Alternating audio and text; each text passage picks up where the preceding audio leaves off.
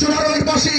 আজকে যারা বলেছেন যে ওনার বাড়ি ব্রাহ্মণবাড়িয়া, এখানে এসে তিনি কি করবেন, আমি দার্থহীন কণ্ঠে খোলা আকাশের নিচে আল্লাহকে সাক্ষী রেখে আমি এতটুকু বলতে চাই, ইনসাফের ভিত্তিতে, মানবতার ভিত্তিতে এই চুনারগঞ্জ মাধবপুরবাসীর কাছে আল্লাহ যদি আমাকে কবুল করে রাষ্ট্রতন্ত্রের জায়গা থেকে যত ধরনের বাজেটগুলো আছে এই বাজেটগুলো সুষম বন্টন নীতির আলোকে এই চুনারগঞ্জ মাধবপুরবাসীর জন্য এমন উন্নয়ন আমি করে দিয়ে যাব, আপনারাই যেন বলেন যে বিগত দিনে ৫৫ বছরে এত উন্নয়ন কেউ করতে পারে না।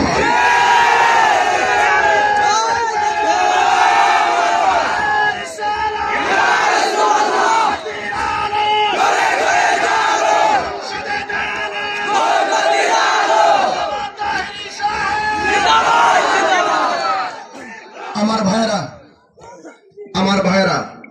আমি কিন্তু একজন হুজুর মানুষ, আমি ওয়াজ করি।